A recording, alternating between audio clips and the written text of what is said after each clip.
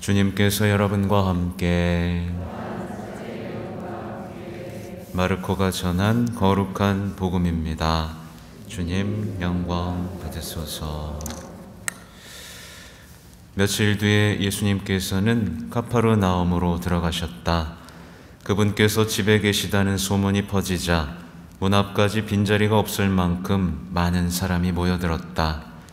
예수님께서는 그들에게 복음 말씀을 전하셨다. 그때의 사람들이 어떤 중풍병자를 그분께 데리고 왔다. 그 병자는 4사람이 들것에 들고 있었는데 군중 때문에 그분께 가까이 데려갈 수가 없었다. 그래서 그분께서 계신 자리에 지붕을 벗기고 구멍을 내어 중풍병자가 누워있는 들것을 달아 내려보냈다. 예수님께서는 그들의 믿음을 보시고 중풍병자에게 말씀하셨다. 얘야, 너는 죄를 용서받았다. 율법학자 몇 사람이 거기에 앉아 있다가 마음속으로 의아하게 생각하였다. 이 자가 어떻게 저런 말을 할 수 있단 말인가? 하느님을 모독하는군. 하느님 한 분 외에 누가 죄를 용서할 수 있단 말인가? 예수님께서는 곧바로 그들이 속으로 의아하게 생각하는 것을 당신 영으로 아시고 말씀하셨다. 너희는 어찌하여 마음속으로 의아하게 생각하느냐? 중풍병자에게 너는 죄를 용서받았다 하고 말하는 것과 일어나 내 들것을 가지고 걸어가라 하고 말하는 것 가운데에서 어느 쪽이 더 쉬우냐? 이제 사람의 아들이 땅에서 죄를 용서하는 권한을 가지고 있음을 너희가 알게 해주겠다. 그러고 나서 중풍병자에게 말씀하셨다. 내가 너에게 말한다. 일어나 들것을 들고 집으로 돌아가거라. 그러자 그는 일어나 곧바로 들것을 가지고 모든 사람이 보는 앞에서 밖으로 걸어나갔다. 이에 모든 사람이 크게 놀라 하느님을 찬양하며 말하였다.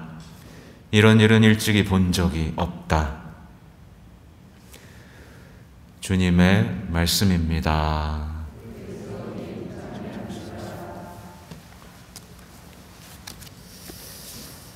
기도하는 가정의 해, 주님 저희와 함께 오소서. 네, 오늘은 사무엘기 상권 8장의 내용이 펼쳐지고 있는데, 이스라엘 사람들이 이제 왕정 제도를 원하는 장면입니다. 근데 이렇게 얘기하는 거죠. 이 사무엘을 찾아가서 당신은 나이도 많고 아드님도 별 볼 일 없으니까 이제 그만두시고 임금 하나 세워주시죠. 이렇게 얘기하는 겁니다. 그러니까 늙었고 자식 교육도 실패했으니까 뭔가 이게 나름대로 명분이 있죠. 근데 여기서 주목해야 할 문장은 이거예요. 다른 모든 민족들처럼입니다. 다른 모든 민족들처럼 우리를 통치할 임금을 우리에게 세워주십시오 라고 얘기하고 있는 거죠. 그러니까 뭐예요? 뽑힌 민족으로 살아가는 게 아니라 다른 민족들처럼 살고 싶은, 그러니까 그리스도인이고 싶지 않은 마음이 은연중에 드러나고 있는 거죠. 실제로 주님께서는 사무엘은 그냥 뿌리 났습니다. 뭐야, 나를 이렇게 하는 거야? 근데 하나님께서는 뚫어보시고 이렇게 말씀하시는 거죠. 백성이 너에게 하는 말을 다 들어주어라. 그들은 사실 너를 배척한 것이 아니라 나를 배척하여 더 이상 나를 자기네 임금으로 삼지 않으려는 것이다. 그들의 속내를 정확하게 하느님께서는 간파하고 있습니다. 여러분들도 다른 민족들처럼 살고 싶으세요? 네? 우리는 은연중에 다른 민족들처럼 살고 싶어 합니다. 네. 예를 들면 끊임없이 어떤 지도자의 단점을 들춰내거나 단체장들을 탓하는 것, 불만을 표출하는 것, 그래서 다른 지도자를 원한다고, 다른 단체장을 원한다고 하는 속내에는 뭐가 있을까요? 비슷합니다. 하나님의 통치 질서에서 벗어나 자기들이 왕을 하고 싶다라는 속내가 들어있습니다. 그것을 인내하면서 하나님의 뜻에 순종하는 게 아니라 자기들이 왕을 세우고 싶은 거예요. 자기들이 왕하고 싶은 겁니다. 그죠? 그리고 하느님의 자녀이면서 하느님의 자녀로서 자랑스러우시죠? 네, 하느님의 자녀로서 자랑스러워야 되는데 이렇게 세상 사람들을 부러워하는 사람들이 있습니다. 아, 저 사람들처럼 살고 싶다. 야, 세상 사람들은 요즘 캠핑 다닌다며? 어디 휴가 간대더라? 부러워. 우린 주일 미사 나와야 되는데. 부러워하는 겁니다. 다른 민족 사람들, 그리스도인이 아닌 사람들이 사는 생활의 방식을 은근히 부러워하는 거죠. 그러면서 이렇게 얘기하는 겁니다. 나도 보통 사람처럼 살고 싶어.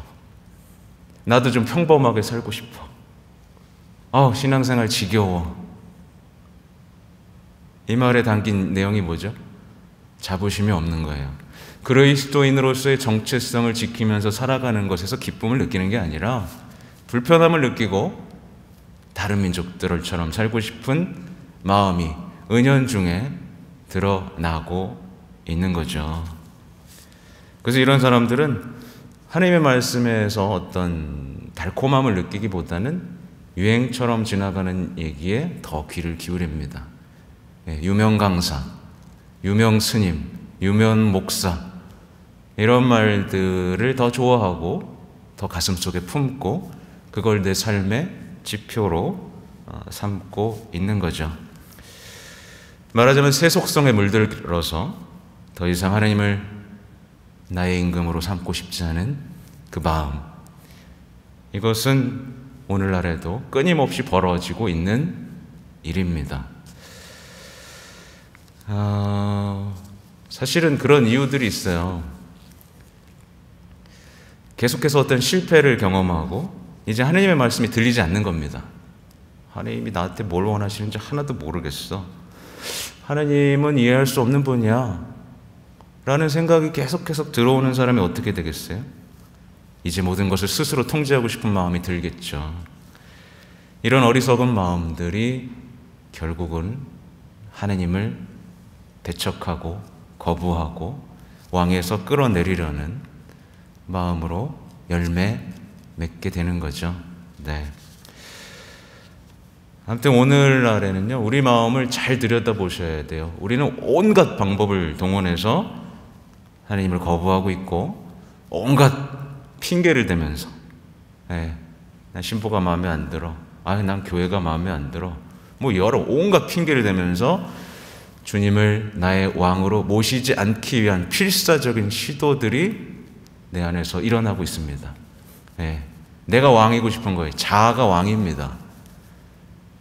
성당은 나를 중심으로 돌아가야 되고 하나님은 내가 하는 것을 모든 것을 지지해줘야 되는, 인정해줘야 되는 반대 상황이 지금 내 안에서 벌어지고 있다면 우리는 돌아봐야 하는 거죠. 계속 여쭤보는 거예요. 여러분들 하나님의 자녀여서 기쁘세요? 자부심 있으세요? 네, 자신감도 있으시고, 네, 내가 왜 여기 와 있나, 이런 마치 무슨 열등한 희생자인 것 마냥 신행생을 하는 분들도 있으면 안 되겠죠. 자랑스럽게 생각하셔야 됩니다.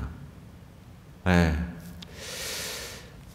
근데 여기서 정말 놀라운 건 하나님이 이걸 다 참아주신다는 거예요.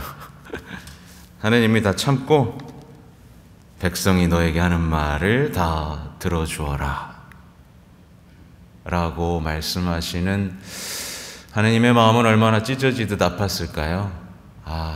나를 더 이상 왕으로 삼고 싶지 않구나. 하지만 그럼에도 불구하고 해주시죠. 하나님이 이렇게 온유한 자비의 마음을 구약 성경에서도 이렇게 드러나고 계시다는 것을 우리가 이해해야겠습니다. 그리고 오늘 마르코복음은 이제 유명한 얘기죠. 중풍병자가 있었는데 그를 도운 네 사람이 갈 수 없게 되자 지붕을 뜯어버립니다. 네. 지붕을 뜯어서 그들을 예수님 앞으로 내려놓고 그들의 믿음과 예수님의 어떤 마음이 만나서 치유가 일어나는 아주 아름다운 얘기를 우리 계속 듣고 있는 내용이죠. 보면 여러 가지로 묵상할 수 있는데요. 오늘은 저는 좀 영적인 중풍병자들에 대한 얘기를 묵상해 보고 싶은 겁니다. 영적인 중풍병자. 그들은 스스로 고해소를 찾아오지 못합니다. 올 힘이 없습니다. 네. 세속성으로 마비되어 버렸기 때문에 찾아올 수가 없습니다. 온갖 핑계를 댑니다. 내 목소리 알아들을 것 같아. 그죠? 봐봐야 소용없어. 나 또 죄질 건데. 어떤 영적 세속성으로 하나님의 죄의 용서와 병의 치유에 대한 믿음이 산산조각 난 상태인 거죠. 이미 믿음이 사라져 있습니다. 고해 성사를 통해 내가 죄를 용서받고 내 병도 치유될 수 있다는 이 믿음이 무너진 거예요. 이 믿음이 무너진 사람은 희망도 무너져 있습니다. 사랑도 안 합니다. 그래서 영적 중풍병자들은 사랑에도 불구자입니다. 아무튼 이 영적 불구자, 이 사람을 옆에 있던 네 사람이 데리고 예수님께로 가고 있죠. 이 장면은 굉장히 인상적입니다. 왜냐하면 예를 들면 이 시대에 누가 죄인이에요. 죄인이 있어요. 그럼 우리 보통 어떻게 하죠? 손가락질합니다. 저 죄인, 심판받을 놈, 가까이 하지 않죠. 그 사람의 죄를 떠넘기고, 그죠? 우리도 우리 죄 있는 것까지 떠넘기고 들춰내고 심판하는 데 익숙합니다. 근데 이 네 사람은 어떤 거냐면 어떻게 하는 거예요? 그 사람의 무거운 죄를 함께 짊어지는 사람입니다. 이 시대에 필요한 건요, 누군가의 죄를 들춰내고 손가락질하는 사람이 아니라 누군가의 죄를 같이 짊어져 주는 사람이 필요한 거예요. 같이 희생해 주는 사람이 필요한 겁니다. 이 네 사람은 중풍병자, 가까이 하고 싶지 않았겠죠? 하지만 그 무거운 짐을 들고 예수님께로 나아갑니다. 사람들은 길을 열어주지 않았어요. 열어주지 않았어요. 사람들은 구경했고 열어주지 않았습니다. 하지만 그들은 아주 용감하게 그 믿음으로 길을 뚫어내는 거죠. 그러니까 믿음은 언제나 뚫어낼 수 있는 길이 있다는 것도 보여주시는 거죠. 굉장히 과감하죠. 예수님께서 이런 과감함도 요구하십니다. 늘 해왔던 대로가 아니라 안 돼? 그럼 내가 이렇게라도 해보겠어. 라는 어떤 과감한 믿음으로 지붕을 뚫어버리죠. 지붕을 뚫고 그 중풍병자를 내려 보냅니다. 그래서 그는 치유되죠. 굉장히 아름다운 얘기입니다. 고해에 대해서 제가 1년 내내 말씀을 드렸죠. 이제 좀 지겨우실 텐데 저는 갑니다. 하여튼 고해에 대해서 마지막으로도 또 말씀드리고 싶은 건, 고해는 절대 상담이 아닙니다. 물론 상담도 요즘은 해드립니다. 너무 모르셔서. 그래서 정리하면, 고해는 상담도 아니고 자신의 죄를 정당화하는 것도 아니고 남의 죄를 고발하는 것도 아니죠. 범칙금 내는 것도 아닙니다. 위반했으니까 벌금 내러 가야겠다, 그죠? 이렇게 사무적으로 하는 게 아닙니다. 죄책감을 덜어내는 것도 아니고 적당히 사과하는 것도 아니죠. 고해서는 굉장히 아름다운 거예요. 주님을 만나는 겁니다. 주님을 만나는 것이고 주님께 죄를 용서받는 겁니다. 죄책감을 덜어내는 게 아니라, 주님, 죄송해요. 제가 지난주에 안 왔는데요, 사실은 주님 생각을 요만큼도 안 했어요. 네. 너무 죄송해요. 그냥 이렇게 솔직하게 화해하는 장소입니다. 화해하는, 언제든지 용서해 주시는 그 하느님을 만나는 곳이고, 치유의 기적이 일어나는 곳입니다. 보셨죠? 죄의 용서와 치유가 같이 일어납니다. 그리고 이 고해소는, 오늘 환자가 낫자마자 뭐 들고 가죠? 들 것을 들고 가죠. 말하자면 이제 자신이 나았기 때문에 다른 누군가를 다시 데리고 오려고 들 것을 들고 나가는 곳입니다. 내가 이렇게 화해하고 희망을 되찾았으니 누군가의 영적 중풍병자를 데리고 와야겠다 라는 곳이 고해소인 거죠. 이 시대에도 저는 충분히 치유의 기적이 일어날 수 있다라고 생각합니다. 죄를 용서받는 기쁨에 대해서 이해하고, 용서받는 그 기쁨, 죄를 고백하는 그 기쁨, 그 믿음, 그죠?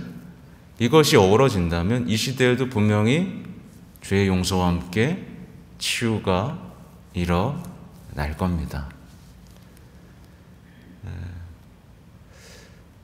병자성사를 또 많이 병자성사도 잘 요청 안 합니다. 아파도 참고 죽을 때 받으려고.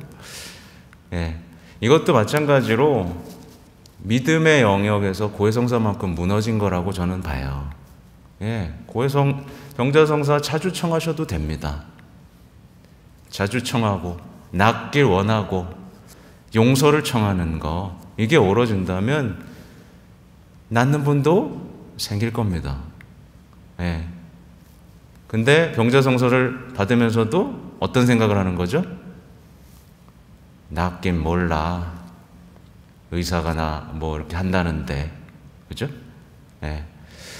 물론 무조건 살고 싶다라는 거, 뭐 고쳐지고 싶다라는 거, 이런 것들로 기울어지면 안 되겠지만, 주님께서는 어떤 일들 하실 수 있고 하나님의 역사는 어떤 식으로 이루어질지 모르는 거거든요.